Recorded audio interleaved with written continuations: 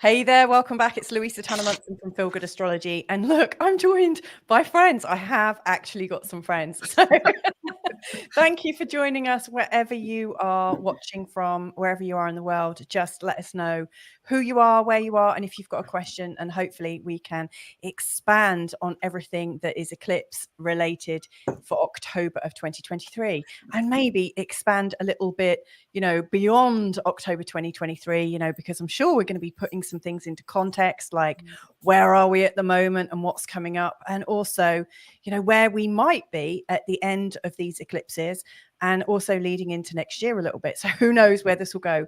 I'm joined by three amazing astrologers who I'm very, very happy to have with me today. So we've got to my right, as you're looking on the screen. The other right. Alexandra, would you like to give us a wave? So we've got Alexandra Jowett joining us from the UK, and it is actually quite wet where you are, isn't it? So you're a bit worried about connection, but slowly sinking. There may be some noise. It might sound like I'm in a deep fat fryer, but it's just the rain on the roof. It's all this Neptune energy. It's a deluge. I'll do my best. It's great that we've got a good connection between us. Then immediately below me, I'm very bad at these sort of like mirrored screens. We've got Jasmina Brozovic joining us from, is it Toronto? I'm actually St. Catherine, so it's just near Niagara Falls. Lots of water here as well. So okay. Yeah, nice. And then we've also got directly opposite to diagonal. Oh dear, So what is that? A square opposition? Yes, opposition. Yes, we're in a square opposition. We're like a grand square, all four of us. We've got Kimberly Crow joining us from Kentucky in the US. So we're in completely different parts of the world, completely different time zones, and hopefully you'll get a different perspective from all of us. Even though three of us have got Scorpio rising, one of us has got Virgo rising, we've got a lot of mutability between us, including a lot of Gemini energy and Pisces energy, but thankfully we do also have a Taurian moon and Libra sun as well, so hopefully it's all going to be okay. I can see we've got people standing by and joining us. We've got Pam Yount from Hickory, North Carolina. Hey Pam, nice to have you watching us. We've got Nubianette joining us. Is it California? Is that where you are? Somewhere on that coastline, I'm pretty sure. We've got Gillian Alexander joining us. Hey Gillian, coming to us from Scotland. Got a cheeky question from my husband upstairs asking what is the collective noun for astrologers? I have absolutely no idea. Does anyone know? A group? What are we? A constellation? I think it's a zodiac, like the boat with all this Neptune energy. Those boats called zodiacs. Yeah. Very good. Very good. And Carl is saying brilliant lineup, leading edge astrology. And we've also got Penny Albertella joining us from Devon. If you've got any questions, please do write them in and we'll bring them aboard as soon as we can. How I'd like this to go is just for you guys to tell us a little bit about yourselves. Your details are actually below in the descriptions, but we're going to have a little sort of general chat about what we see is brewing leading up to the eclipses. Then Alexandra would like to tell us a little bit about the eclipses and the Saros cycle, a bit of a bigger picture. And then we'll have a little bit of an update from Jasmina about the annular solar eclipse that is coming up on the 14th of October. And then Kimberly will be telling us, I think, a little bit more about the partial lunar eclipse later on at the end of October. And just a lot of chat around it. So please just jump in at any time and let's see how this goes. So Alexandra, do you want to tell us a little bit about you? Sorry, it's sort of in alphabetical order. Yeah. I'm a professional astrologer based in the UK currently, and I'm a little bit mobile at the moment. I'm wandering around doing my thing, but yeah, I have a deep love for astrology and bringing it to people and empowering people by them understanding themselves and the process of life and lifetimes, multiple.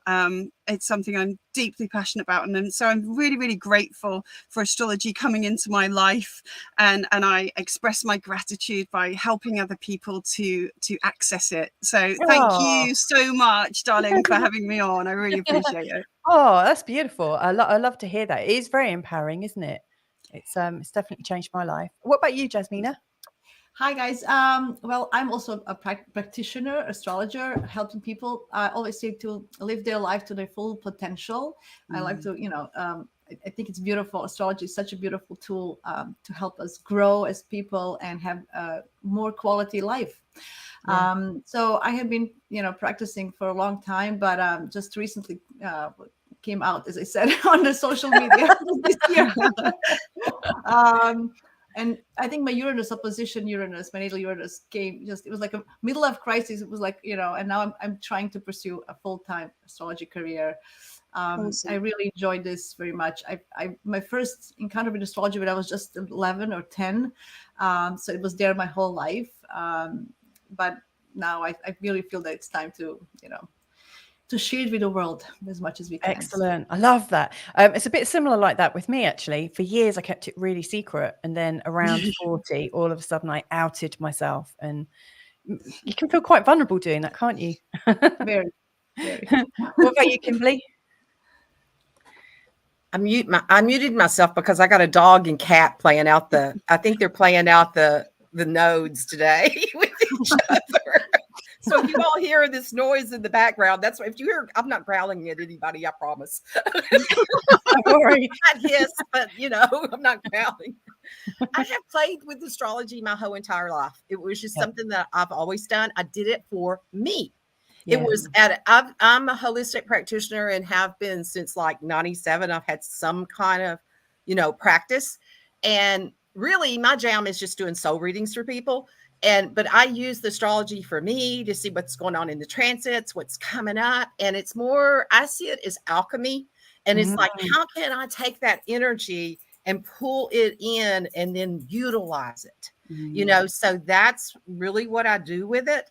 And I have this innate ability to just tap into the planets and the transits to see, to feel them and talk to them. Yeah. And that's what, same thing. It's like, it's interesting because it was around probably when this whole eclipse, this season started, and I am a Scorpio rising and a Taurus moon, that I started back on my YouTube channel. I had my YouTube channel since 2011, but I was doing more like woo-woo stuff, speaking in light language and stuff. Yeah. I don't consider astrology woo-woo. It's like, I think of it as a science. So same thing. It's like, it just felt like, okay, people need to know what's going on so they can utilize this energy for themselves and not be afraid of it and think that it's the gods are controlling us in some way. It's like, how do we take this and use it for ourselves? So that's what I do with it. And then I do human design too. So I kind of have a mixed bag. I'm not a purist. Well, that's a whole other thing, isn't it? Like human design is getting a lot of airwaves at the moment. I want to crack the code of it. I get a little bit irritated by it. I'm like, how do they know that? Like, I get irritated at it too. It's still and even though I've studied it off and on for 20 years too, but then I go, that's not enough astrology. Where did they make that shit up from? And then I think, well, I guess it's all been made up by humans, hadn't it? I know what you mean. Okay, right. Let's get cracking. We do have Gillian has said it has to be a galaxy or constellation of astrologers. So anyway, let's watch. Let's see what else comes in. So okay, what do you think is brewing then, leading up to the not the equinox? Well, we do have the equinox coming up, but the eclipses. What are you most excited about at the moment? And that's to any of you, whoever wants to jump in first. I'm excited actually to see these final moments of Pluto through Capricorn. We've got just over a year left. Yeah. And these eclipses are really pulling us into, the square. It's like, let's get personal about this. Let's do that deep inner work that really needs to be done, because that's what creates the societal structure out there, starts with each individual one of us in here. And so with, with having North Node and Aries now, I think that's really going to assist us to just like own our individuality and our place in the bigger picture. So I'm really excited about, how these eclipses are pulling us into those final moments of Pluto and Cap. Yeah, I would mirror that. And I'm comfortable to reveal that I'm also going through my Chiron return. So with Chiron, like the first eclipse that we've got, it's pretty much in opposition to my Chiron, and so it feels very personal, and it really matches what you're talking about with the Pluto and the deep dives into what's going on right now. And of course, Pluto is in a square to the Sun and the Moon. The Sun pretty much, in October, and is in a square to the nodes. What do you think is going on with the square and the nodes as well? Have you got anything else you want to add, anyone, about the nodes? Because obviously that was exact around the 17th and 18th of July. And from my in my experience, things have gone a bit mental since then. It feels like everything has sped up, or I don't know. What's your experience with your clients? Did you guys? Yeah, I feel that I noticed that many secrets are coming up. I don't know if you've seen that. It's especially on a global level, like all of this, and it's all Plutonic, like it's Scorpionic. It's always about, like even the last case of this guy. I don't even know his name. So it's coming up more and more. And the fact is that the nodes are squaring Pluto all the time. They're not going to stop. It's not going to be so strong, but it's still there for a longer period. So, and I feel with all this energy going direct soon, we're going to hear more and more, secrets coming up. There are many of my clients and friends are going through relationship issues, many breakups, I have to say, a lot of transformation of, standing up for yourself, let's say, like not like wanting to be an equal in the relationship, or saying, okay, that's enough, or whatever it is. Not just about many things are coming with the money issues as well, I find. Tell me more. So, so, in the relationship, it's like who's earning how much, what is happening, like why do I depend on you, depend on him? So it's not just about, it's like about money in the relationship, a lot of stuff. And this eclipse in October, because we have a stellium in Libra, it's going to be huge about that. But anyway, I think that's interesting. Yes, I hadn't even had that thought about that. I feel the same with all of you all, with the Capricorn Pluto thing. It's like these old structures, the old patriarchal stuff, and then and then with the Libra in there too, it's like where women have been suppressed and then they rose, and then now, the patriarchic energy is going, oh, we've got to control this again. So there, that energy where people have not done their own inner work, that's where it's going to be coming up at, because it's like another hurrah to get this energy. It's like humanity's got to, we've got to transform this if we're going to, I'm going to sound too drastic. We're going to continue to be as survive. It's like, yeah. I mean, I guess like here's how I just think shit's getting real. Right. Superman. And if you think about that reality thing, that ties in the Saturn in Pisces stuff that's going on right now with Saturn's Pluto's dispositor, and so that whole, it's so deathy. It's so much about endings. It's so much about purging up those last dregs of crap. And just saying, like, let's just have done with the dysfunction now, please. Can we please just bring some order and balance back? And that's where we're going to have to see and appreciate the value of confrontation, confronting things in the reality of what they are. South Node in Libra is going to say enough with the sugarcoating, enough with brushing things under the carpet to keep the peace. We got to get real. We've got to face some horrible stuff. I just remember, sorry, but my mom always used to say that every shit flows to the surface eventually. I always remember. Yes. So I think now we have all this shit coming up. So it's been you backed won't up be able for a to while, flush it isn't it? anymore. The flush, I think the flush is not working anymore. It's coming all out. Yeah, we need to get our washing up gloves on and The plunger's out. No more. oh dear. We're joined by the Global Nobles from Lisbon. Hello, you beautiful people. Thank you for joining us. And Open Door Heart is saying, I'm loving this chat. I believe that is my good friend from Texas who is joining us. So thank you for joining us very much. Yeah. Okay. So yes, there is a sort of backdrop of a backup of lots of stagnant stuff that is getting ready to be purged. I loved what you were saying there, Alexandra, about Saturn in Pisces, because it's still, Saturn in Pisces, obviously it's going right back towards zero, isn't it, at the moment? It's heading back there throughout October, and it'll start shifting in. And of course, all of us with our Scorpio rising, it's in quite a difficult place for us right now. So from my sun, I have 0 degrees Pisces sun. Of course, so it's going to station on my sun. Yes.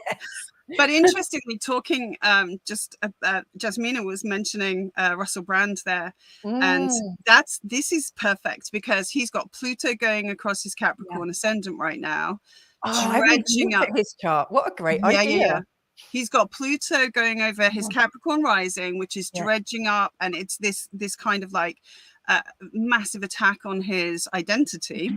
Yeah. But then he's got Saturn squaring his nodes, and Saturn will station at 0 degrees in exact square to his nodes too. So that end of October, early November time when we've got Saturn stationing is really going to keep all of this Pluto-y stuff going, and that whole like need to flush some stuff out and have a colonic.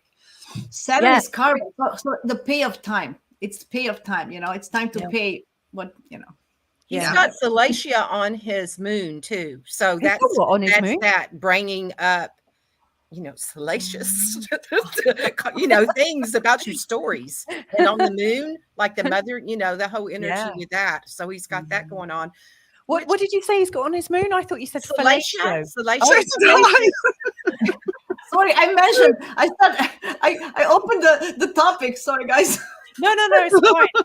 Everything is okay. I think that's he's just a representation. He's like who's out there, and he has, to make it be more about the collective and the divine masculine. I mean, he has been trying to embody that more. I mean, he didn't. He says I did all of this, crappy stuff to people, and he's trying to change that, but then that old story comes back up. And it's like, so that's it to me. All of this energy is all about the release of that corrupted masculine energy and then coming into the truth of what, this divine masculine, energy to embody it. The old paradigm has to go. Yeah. Well, there's two sides to that, isn't there? Yeah, I want to see the demonic female side get exposed as well, because I think there's and the females have to come clean. How long have we used air manipulation? It's like, really? And also no. I mean, he's like super Gemini, right? If you've ever looked at his chart, he's mega Gemini. So there is those two sides. And I do see this kind of like, there's the old Russell Brand who was an absolute dick, no denying it. And that's what we're being presented with now, but it's being conflated with the new Russell Brand, who I think is, really, really, really doing some great work out there. But unfortunately, it is anti-establishment, as is Pluto going through Capricorn, arguably. And so it's almost like he's become a figurehead for the anti-establishment movement. And so they're like kind of attacking back and leveraging those dark, hidden, aspects of his prior incarnation of himself almost, to use against who he's trying to become now.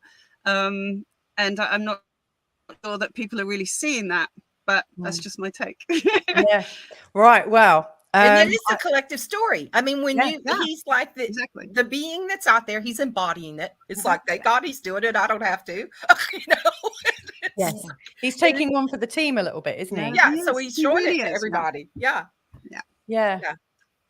Interesting, isn't it? Okay, well, that was quite a good sort of understanding of the energies, I think, actually. And Jasmina, you were also saying, was it you that was saying people are starting to stand up as well?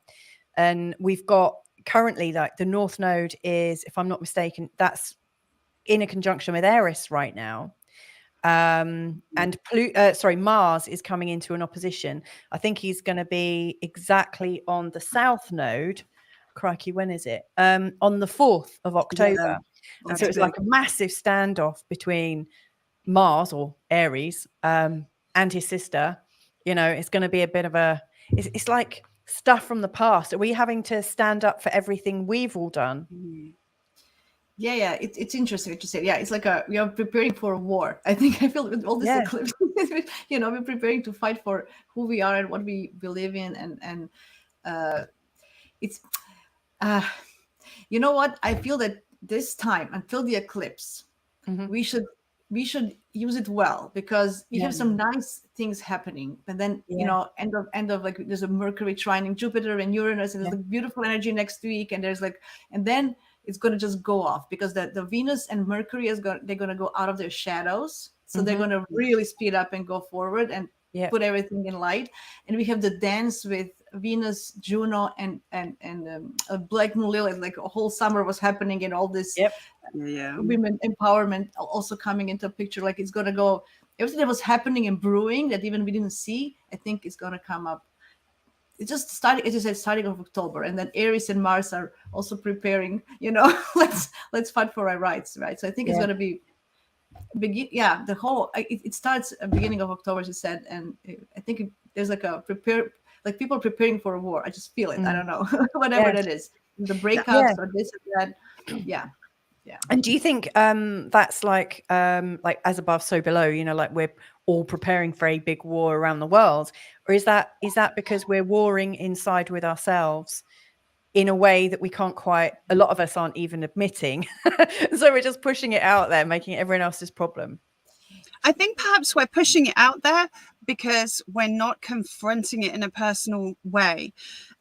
By that, what I mean is, you know, the focus is going to be on our relationships, right? It has to be, because it's the Aries Libra axis. So it's going to be about me versus we, and how do we do relationship. And I personally feel that we're coming very close to the end of a cycle of how we do relationships based on the historical need for marriage, and, you know, the wife as a possession and this kind of thing. And we're coming out of all of that kind of era and into a new era, which is a little bit more realistic about the expectations of relationship. But it's going to need us to discard some of the old ways. And those are the ways of, we've got to look sweet and nice and polite and never upset anyone and never have cross words. We have to get better at disagreeing. That's my opinion. I think a healthy relationship should have periodic disagreements that are then followed right through to their resolution. If we can't do that on an individual level, then how the hell are we going to do it on a global level? Yes, and seeing ourselves through the lens of the other. Yes. I've got so heated up, and it might be because I'm going through my Chiron return. It might be because I'm getting menopausal. Who knows? But I need to cool down a bit. Right, Nora is joining us as well. Hi, Nora. Thanks very much for joining us. Okay, so Alexandra, you wanted to put a little bit of a Saros cycle eclipse flavor to this, to give the backdrop. whole eclipse. Yeah, a bit of a backdrop. Would you like the picture of the start of the Saros cycle that we're in? Do you want that on? That is the second eclipse, isn't it? So I'll you could do, but whichever, whenever it feels right, darling. I just wanted to kind of like put some context, some bigger context around these eclipses, because mostly what I see put out there into the astrology kind of world is, this is what's happening. How's it going to affect me? What precise, like, it's very specific and very individual. And I just think when it comes to eclipses that we're really, really missing an important part of the picture when we do that. If we can just zoom out, and we get so caught up in this now and who I am, I'm going to piss off every Aries that's watching now. No, it's fine. You know, we're so much more than that as souls. And this is part of the Saturn in Pisces piece as well, is, you know, we are just so much more than who we are right now in this moment. And so when we look at the biggest Saros cycle that the eclipses, so the Saros cycle is effectively, each eclipse belongs to like a family of eclipses. So eclipses will start at like the North Pole or the South Pole, and they're really, really faint and wifty wafty, and there's not much happening. And then it acts like a wave, like this wave that kind of builds, and then it peaks for a little while, and then it dissipates as it moves from one pole to the next, to the opposite. Which is kind of what we're always trying to do with all of these polarities, right? And so the eclipses just show us how it's done in a way. And so where we are at in that wave, a little bit like the monthly lunar cycle, you know, all of the eclipses that happen within that specific wave, and there are many, many waves. I think it's about 42 waves that are going across the planet at any one time. Wow. So that's 42 different families of eclipses that are called Saros cycles, Saros series. So knowing which family that little individual eclipse belongs to, not that they're little, but in the grand scheme of things, they are, as are we, you know, then we can get a bit more information. So is this an eclipse that's like just at its very beginnings? Well, yeah, the Taurus one is, or is it one that's really in the peak of its power? So what was it setting out to do all those years ago when it began? Where is it now, and where's it going to culminate? And following that wave through. That's a really great explanation. Thank you, because I'm really new to that. So I love that. We're getting a conversation, like great conversation here, and this should be a monthly or natural cycle roundtable. Natural cycle. I'm up for it. I heard that those cycles can go back to 1,300 years back. This is the thing. This is the thing. So if we look at the first eclipse that we have coming up in October the 14th. So this is the annular solar eclipse, new moon. So what this tells us is this is near the peak of that wave, right? Because it's almost total. In fact, there will be 95% coverage with this eclipse. So it's really having its maximum impact. Right. This Saros cycle, or the family of eclipses that it belongs to, started Jasmina in 1248. That's what. So this is that really puts some perspective on it. How the heck did people know how to figure this out? That's interesting. Yeah. I mean, we got Jenny Lowe's watching as well. Jenny's awesome, by the way. She's great. Cool. She's been on my show a few times. Jenny is saying, so much light in the room, ladies. Thank you so much, Jenny. That's beautiful. Thank you. Like what occurs to me is we've lost so many of these skills, and I just don't think we know the half of the history of humanity.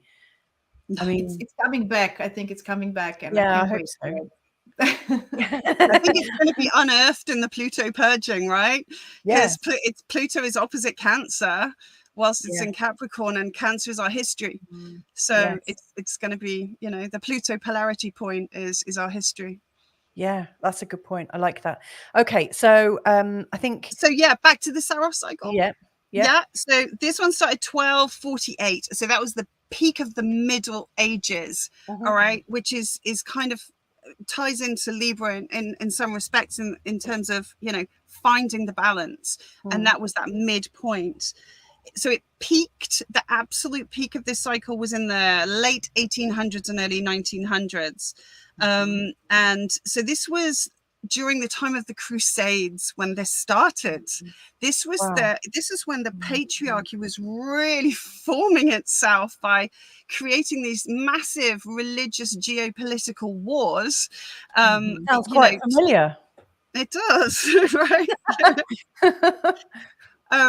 There were 8 of the main crusades, and when this eclipse was the 7th of the 8th, and that was when the crusades were starting to just really not actually have much effect anymore. It was starting to peter out, kind of thing. So, you know, that's that's kind of symbolic of where we find ourselves now. It's kind of like there's been this rise of the patriarchy and the geopolitical warfare, but there's, people are really getting tired of it now. It's past its peak.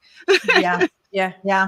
Yes. So that's a really good sort of historical context then about this wave that we're currently in. And like you say, it's 95% of its maximum, if I got that right.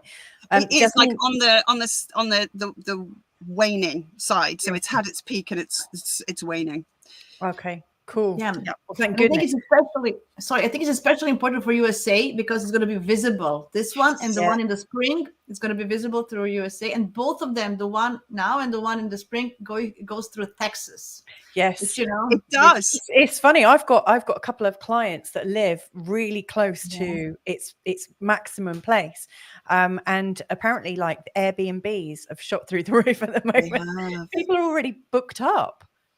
Now, I was chatting with a friend in Austin, Texas, a couple of years ago, and we were looking at this because Elon Musk. Right, here's a conspiracy theory for you. Good, Elon Musk bought a chunk of land in Austin, right where the eclipses are going to cross. Seriously. And the path of the two eclipses create a big X going right through that point. And in the subsequent time, he's bought Twitter and changed its name to X. And the day he did that, the day that was announced, there was a great big the nodes and a couple of other things making a grand square as well. That, oh my God. Yeah. See, these things just aren't by chance, are they? No, I think Elon Musk has somebody working for him that we don't know. I think we don't understand what he's doing. Yeah. I don't agree with him everything, but I feel he has some kind of agenda. I think we don't understand. I just feel that he has this alien vibe in me that I don't know what he's doing. Yeah, he's Sun square Uranus, isn't he? So he's got that whole weirdy vibe, but he's also Mars North Node. So that determination to get to Mars is like Aquarius. I've actually got Mars.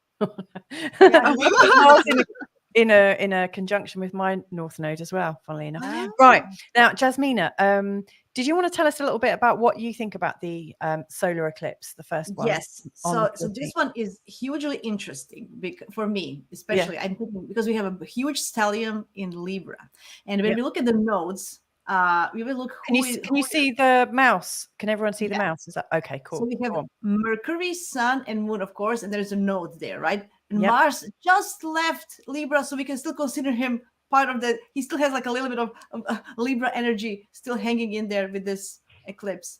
And what I find interesting is that what was I going to say? My thought of a lot of thoughts. So because it's the rulers, so the ruler of the node of the south node is Venus, which just switched in Virgo at that point.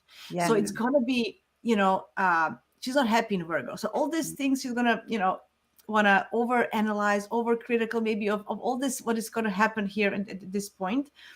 And Mars is in Scorpio ruling the north node. So Mars is happy in Scorpio. He will want to in charge of that north node and coming, some changes forward. But we have to release a bunch of stuff at this point, I think, in Libra.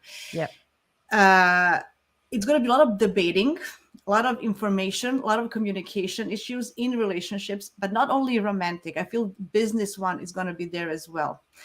Virgo, if you think about Venus in Virgo ruling this, it's about work, your everyday, everyday routine, life, health, like a lot of things is going to be on that issues as well. I feel, the communication and debating and understanding each point of view from, each other. I think it's going to be crucial, and many things will fall. Like people who will not find a language to go together, like some harmony in their communication, it's going to fall apart this time. That's how I feel. I think it's a lot of energy to finding that harmony, peace, middle ground, understanding other point of view.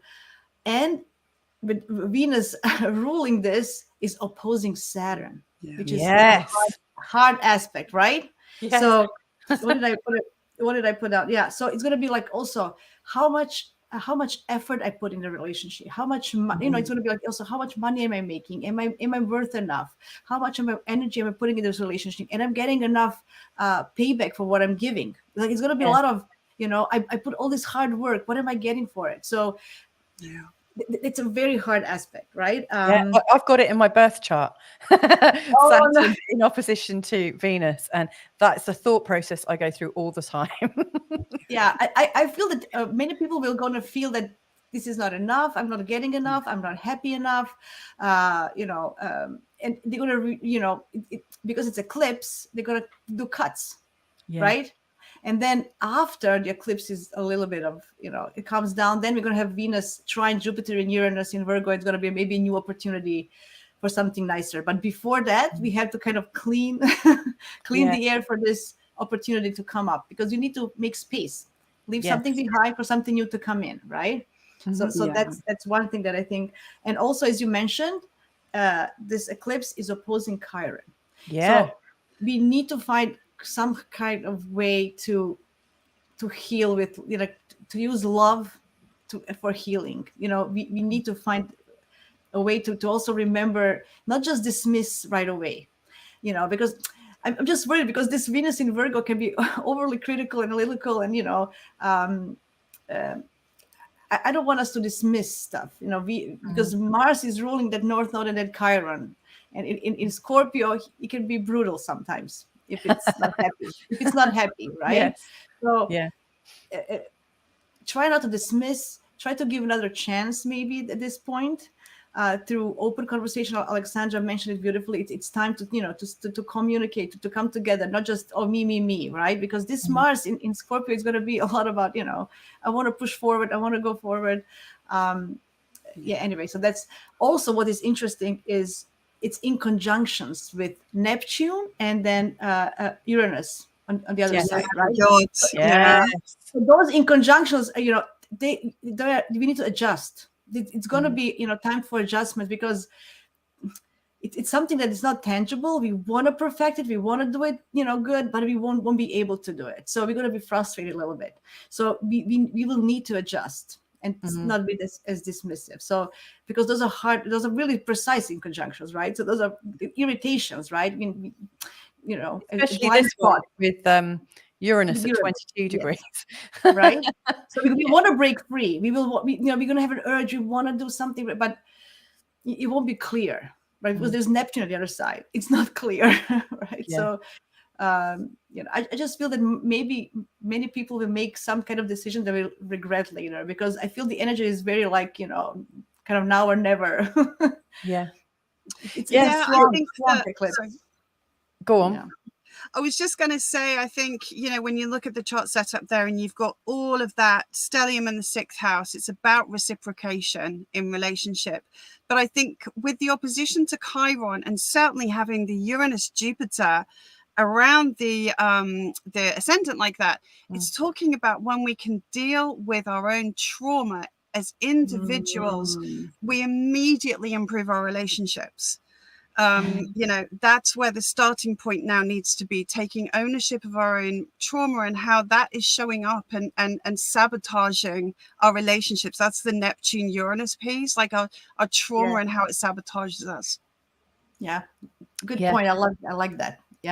I also really quite like obviously Mars has just changed signs the day before. It's at 1 degree in the sign of Scorpio, and it's in a trine with Saturn, which I often think that Mars, Saturn, and sometimes Jupiter together.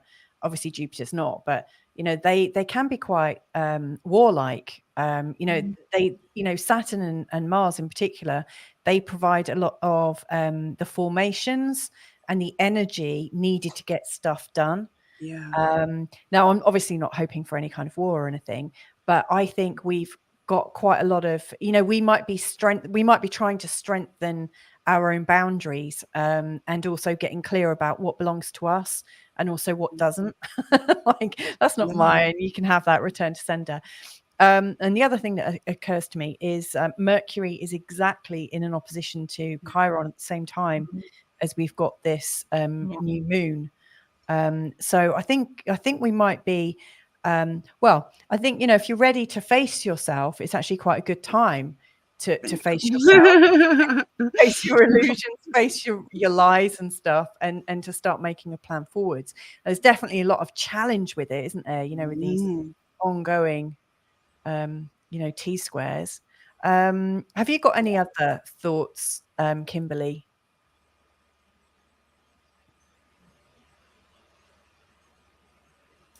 I think she might You're be on muted. my browser.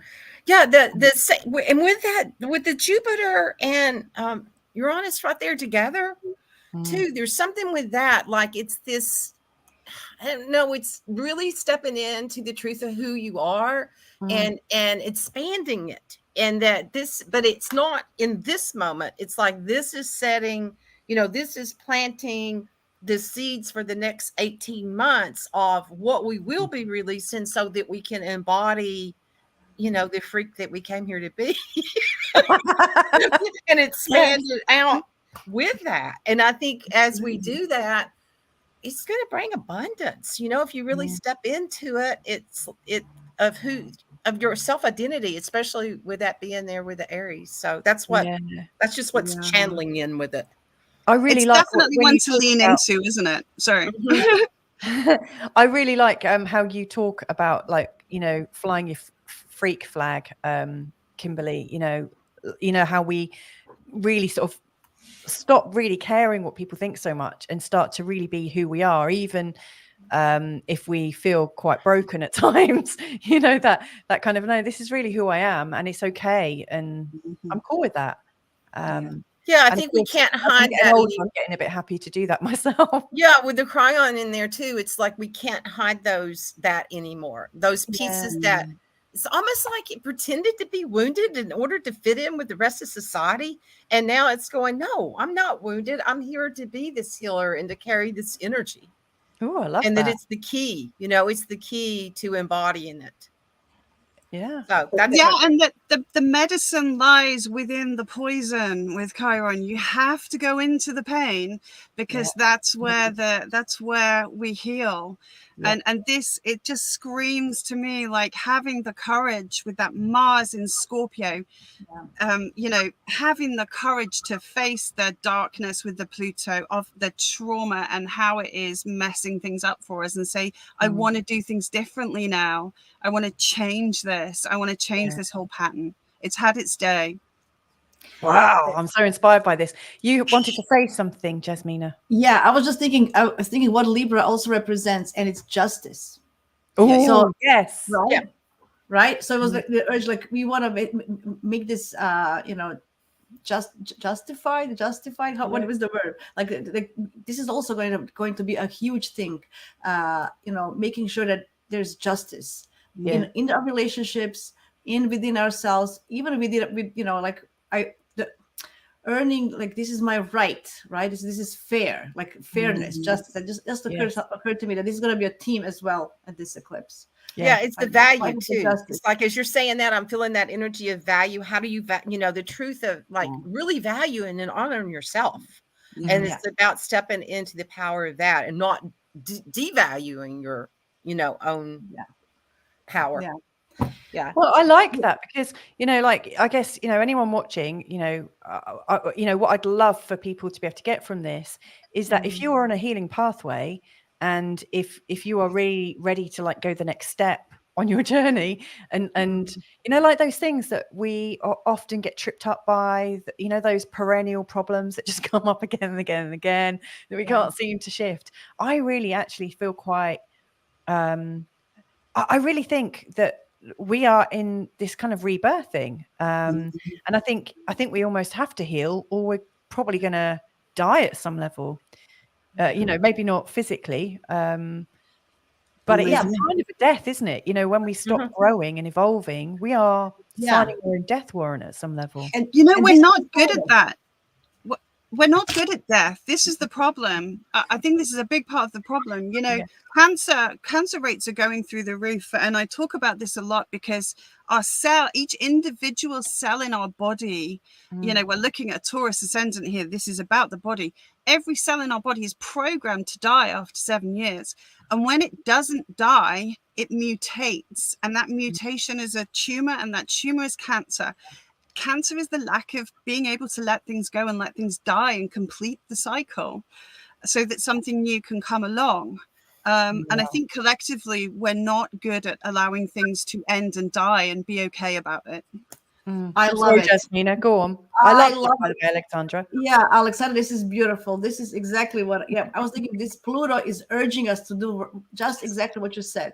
Look at all these spheres. Everything is pointing to Pluto. Regenerate, transform. You know, everything. So detox. You know, purify yourself with all these toxins and start over. Yeah. Yes. Loving that. Talking of detoxing, our good friend Open Door Heart in Texas will be at the winery in October celebrating the eclipse. That's a good way to do it. I love your style. Should we have a look at the next one? Yeah. Because I could actually sit here and chat with you guys all night, but I think you've got busy lives as well. I'm just going to flick through these two because I did naughtily put in some extra asteroids in case we got onto like. Well, they might come back in the slight bit of coverage I'm going to do on the next eclipse Saros cycle wise. Okay. So keep it handy, maybe. Yeah. So this is the partial lunar eclipse. I think you were having a bit of a closer look at that one, weren't you, Kimberly? What are your thoughts about the partial? Oh, that's not the partial lunar eclipse. There it is. The partial lunar eclipse. I was like, wait a minute, the chart I pulled up, it didn't look the same. You know, the thing that was one of the things that's really like when I look at the chart that like comes out at me is where with that wait a minute, am I looking at the right thing? Where's the sun? There it is.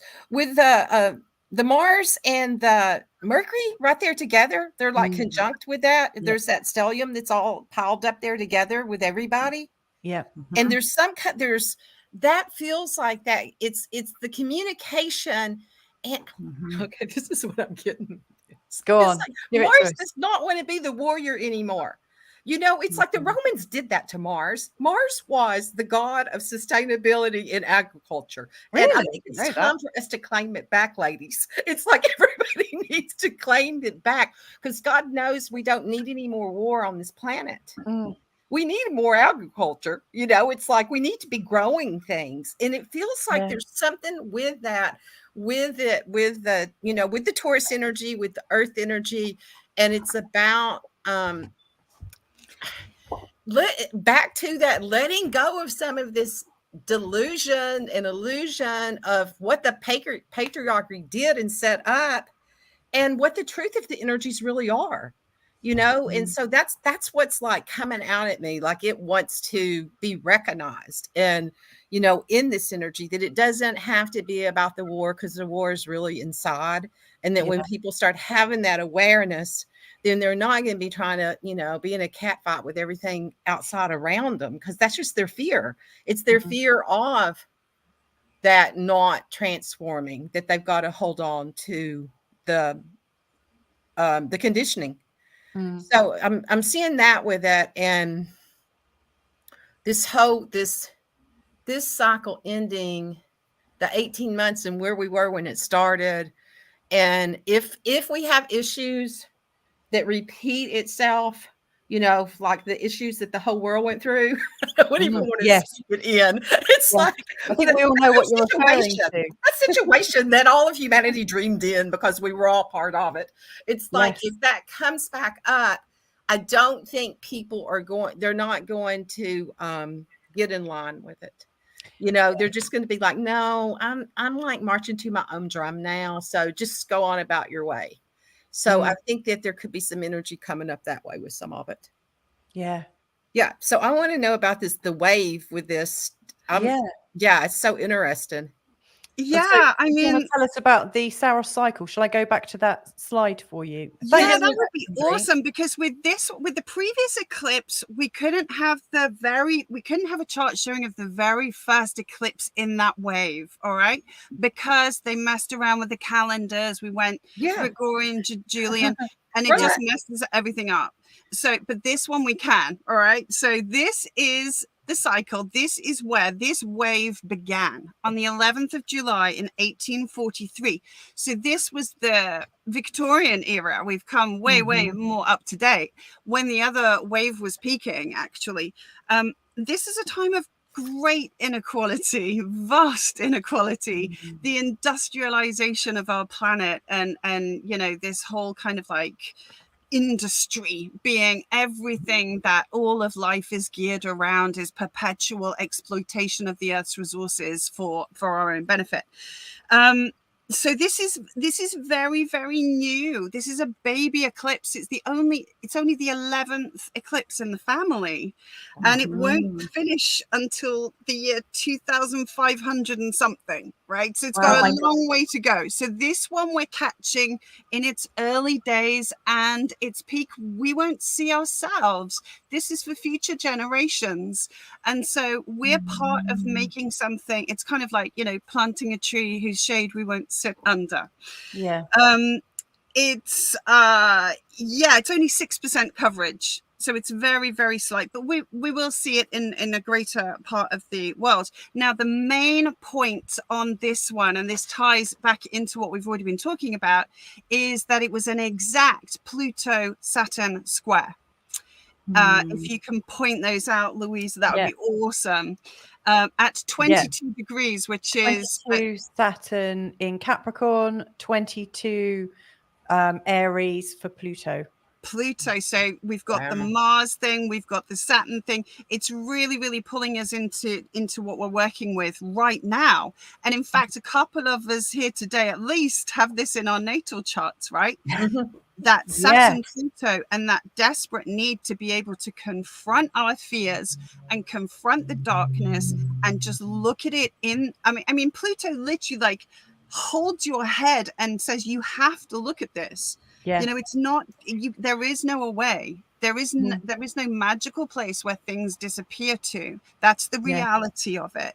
And in actual fact, our fears are usually so much worse than the reality of what they represent. You know, when we actually have things that happen in real life, it's like, oh, it's not as bad as my fear told me it was in actual fact. So it was really exciting to me, actually, that is the foundation of this wave, of this desperate need to be able to confront our shadows and deal with them. And so this is the Saros cycle for any geeks out there. This is Saros cycle 146. And at that time, Hong Kong became British owned in perpetuity. That's what the history books say. And obviously that Hong Kong situation, I mean, this has war written all over it, that this to me, it speaks of war. Also, if you don't mind me jumping in, I just noticed that Uranus is in a T-square to the north and south node. Sorry. So it was all about that radical, refreshing, new, doing things differently. Let's change.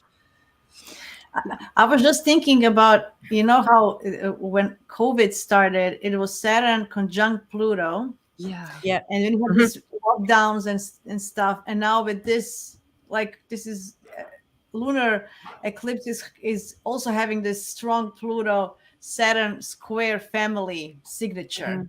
So will something happen with that again, with restrictions about COVID or some kind of, I don't know, I'm just thinking. Well, the lunar, with the lunar eclipse. Sorry, go on. With the lunar eclipse, we're dealing with the unconscious, right? The solar, when the sun is being eclipsed, that's our conscious will, and it's saying let's make more room for the unconscious. With the lunar eclipse, it's the other way around. It's our unconscious that's having this kind of like reset moment. And so, that expression of the collective unconsciousness is a big part of this. And so that's where it comes back to doing our individual work to have that bigger effect, especially now we're in cardinal signs. These are, you know, with Aries and Libra, this is initiatory energy. This is cardinal signs. It's making something happen. I really liked what you said about the lunar eclipse. I'm not actually looking at the screen at all of you. I'm just looking at the presentation so I can move this wherever it needs to go. I can't do it the other way. I just want to see your faces as I'm talking to you. That's better. I can see you again. I really like what you said about making the unconscious conscious. Is that how you said it, Alexandra? Yeah, it's just the kind of the different way that a solar and a lunar eclipse are working on us. You know, with the solar eclipse, it's that very individualistic and the conscious expression of self and, you know, all of us. Whereas with the lunar, it's the unconscious. And so it's a bit more of a wild card, isn't it? It's got a bit more of a, oh, this could get a bit crazy because it's unconscious stuff that's coming up. And by its very nature, it's like, what the fuck is going to happen? Yeah. And you've got and it's very survival based as well, isn't it? You know, everyone survival is and it's very opinion based. That's the other thing. You know, we've got in the foundational chart here, we've got Jupiter with Neptune. We've got that lovely trine going on there to the node. And in the eclipse that we're coming up to on the 28th of October, this war-y kind of vibe eclipse, it's you know, we've got a couple of personal planets combust. Yeah, here it is. So we've got Mars and Mercury, they're there, but sorry, no, that's not it. That's it. Yeah. So this Mercury and Mars, they combust. Yeah. You know, that's like, again, that's like anything could happen, really. And we've got Jupiter up there with the moon inflating it all. If this was a person, this would be a looter in the middle of a riot.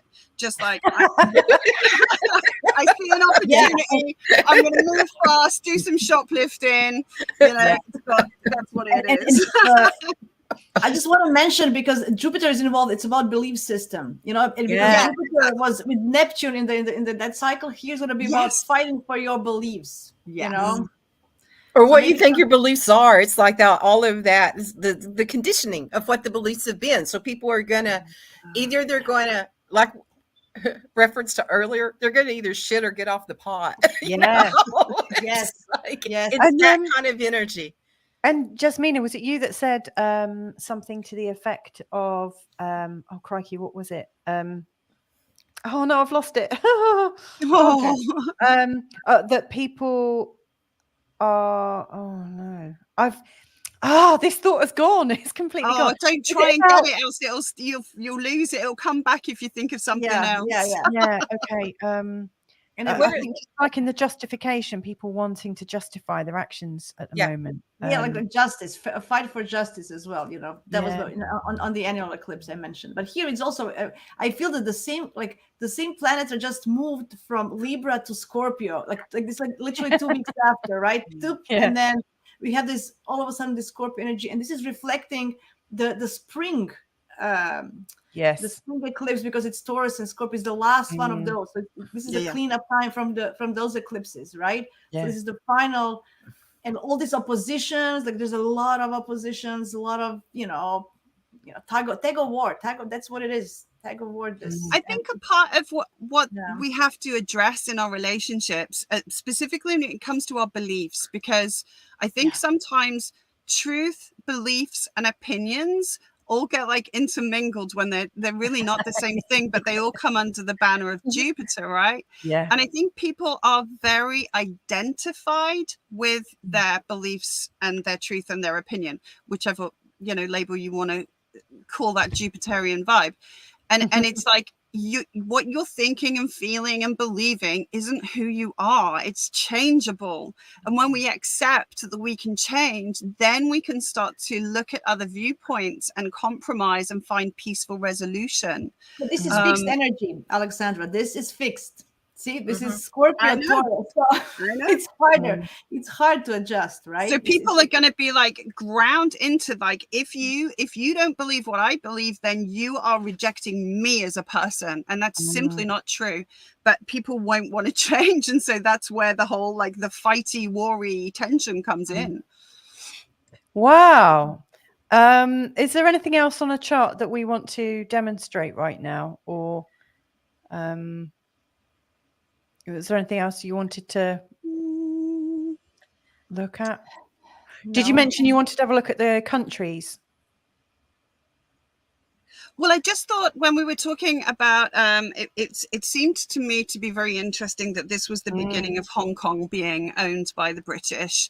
And when we're looking at the situation with China and, and Russia and the whole war situation. I just put in things that tend to get into the headlines at the moment, like China, Russia, Europa, Ukraine or Ukraine, and America.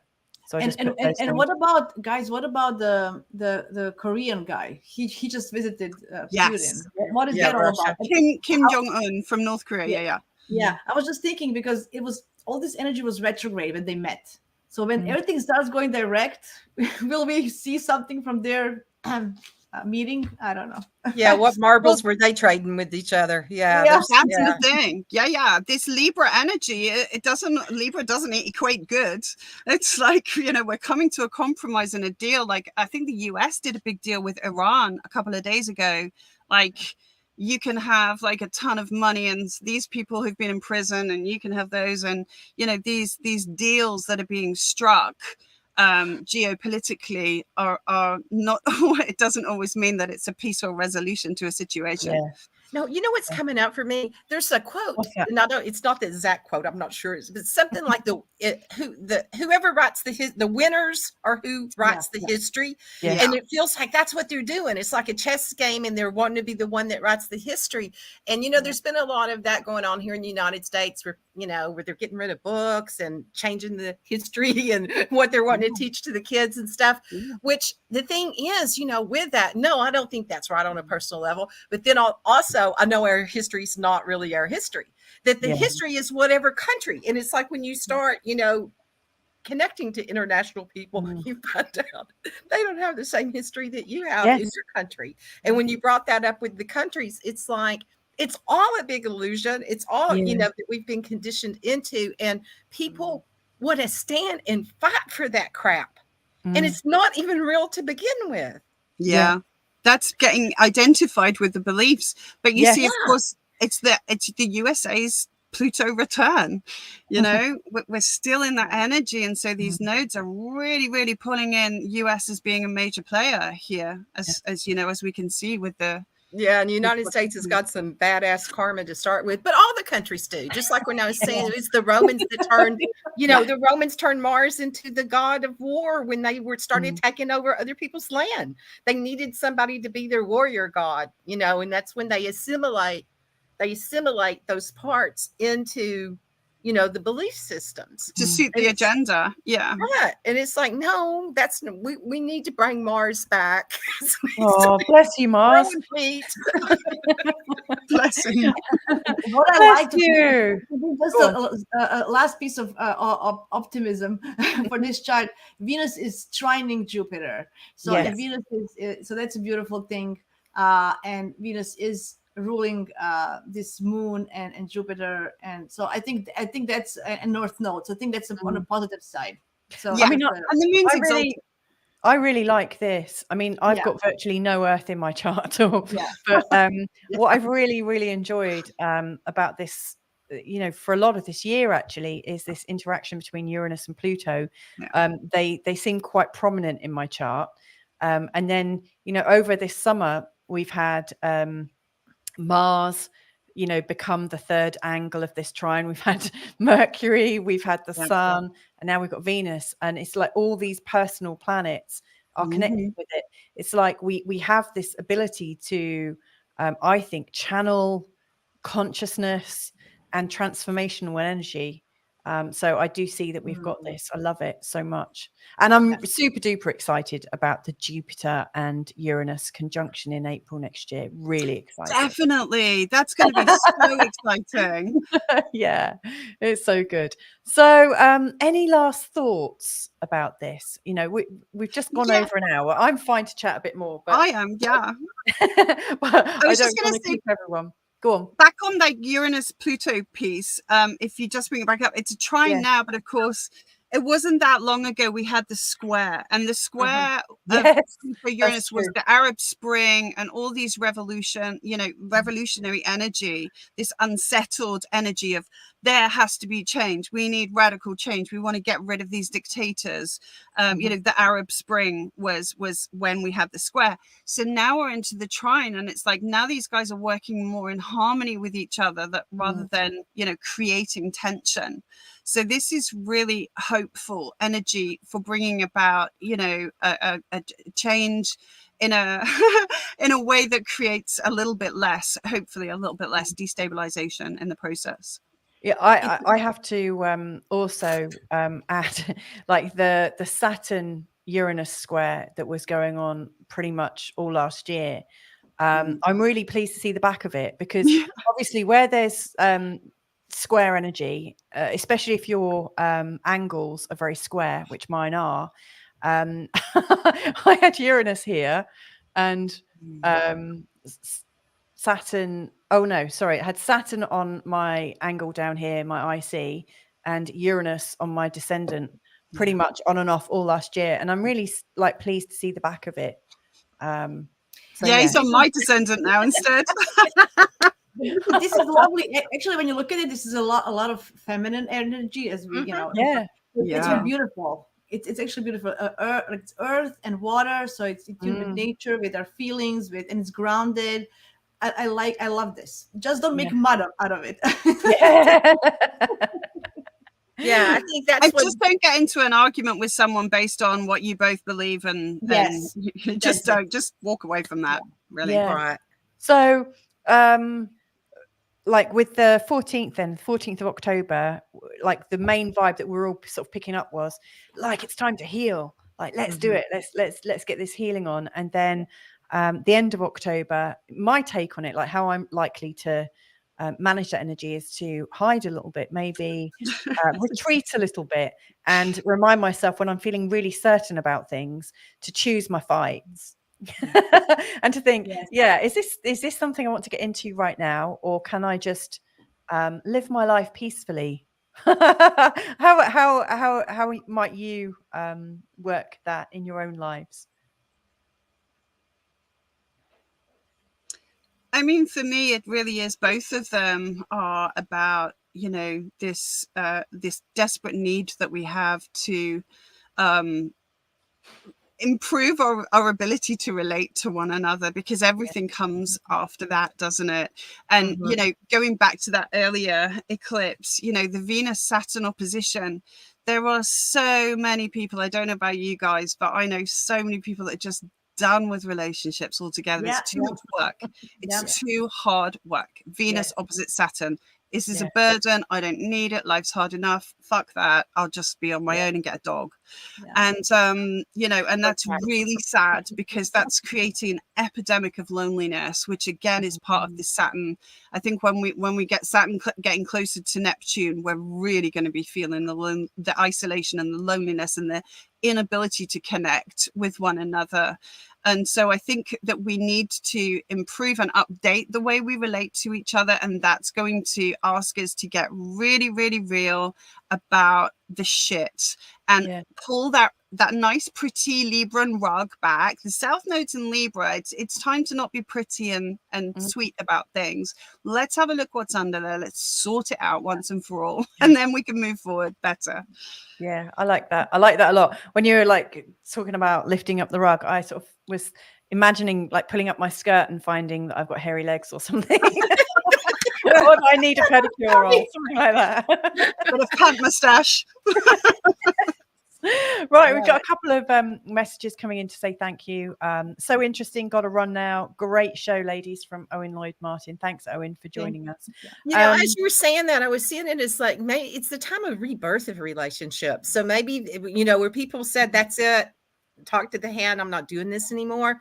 It may be really a good thing, because it's what the condition has been, and then people really stepping into that relationships that you stand with each other, you know, that nobody's out in front, nobody's behind, that it's like that you do stand together, just like this collaboration. I think that we're going to see more and more collaborations that way, and it's time really to do that, to bring out the value and the beauty and the honor, you know, and to live that.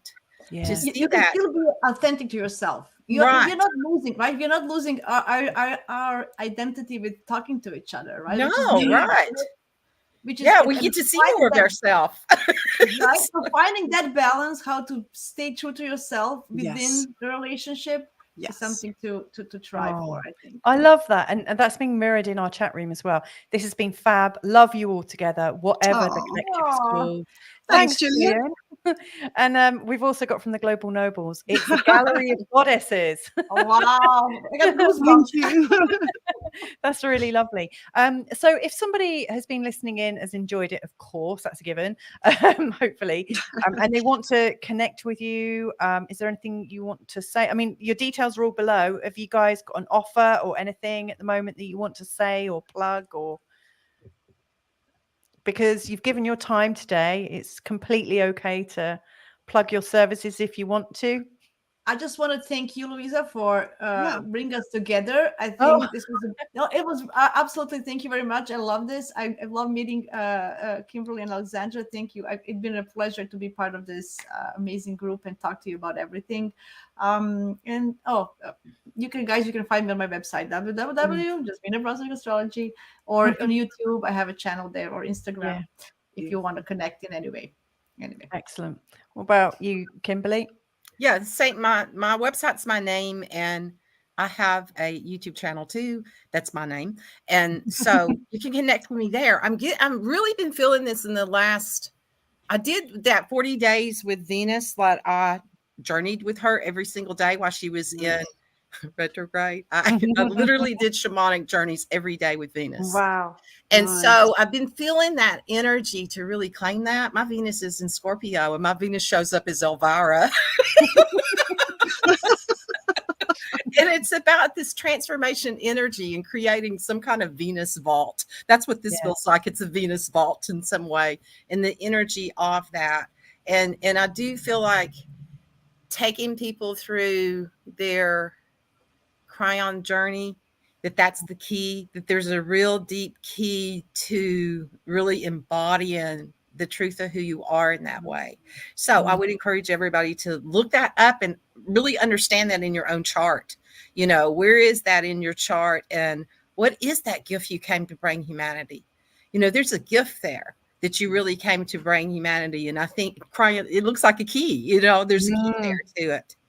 So that'd be fun to do. We'll do another round table on that. Maybe we'll play on each other's channels. Yeah, that'd be I'm totally I just figured out there's a button on the top, but when I should have pressed it when we started. It says stream to your audience. Oh yeah, me too. I know. I told you that. Do you know what? It'll let us though, because you can only do. Well, anyway, we can talk about. I that will. I will send you all. I'll send you all a hard copy. So if you want to share it, feel free. Just dipping back in there, Kimberly, to Venus. Sorry, because That's all right. This has been too short for me. Right, we could do this for 3 hours. I know, Gemini Moon. I hear you. Scorpio rising, Gemini. We're like little birds in a bird bath. It's so cool. But you know, she's just being reborn. She's morning star. She's eager to make things happen, and she is she's the ruler of both of these eclipses, right? Yeah, yes. Yes. So she's really important. Even just something as simple as knowing whether you're born with morning star Venus or evening star Venus, and being able to help people to tap into those cycles and the moon gate cycles. I'd love to do some work with you ladies on that. That would be awesome. Me too. I'm up for that. Perfect. Right. Last, did you want to do a plug for anything, Alexandra? No, nothing to plug at the moment, but watch this space because there will be. Yeah, it will be. Totally. It's at Astrology Empowerment is my handle on Insta and Facebook. Excellent. Do you have a YouTube channel? I did. I don't now. I will. And I'm mid show notes. Thank you, love. Thanks. Yeah. It was beautiful to meet you, you guys as well. Thank you for your contributions and for being part of it all. I've really enjoyed it. Yeah, me too. It's been really uplifting because, like, you know, I always look at a bit like you, actually, Kimberly. I tend to tune in more to the energies. It took me a while to realize that's what I was doing. You know, I like read books and like did charts for people and really tried to be as sort of accurate and as, oh, look at that. And, you know, try to be as scholarly as possible. But actually my style with it is like all of a sudden I see a chart and I feel like I get sucked into the black hole energy of the chart, and then I disappear, forget who I am.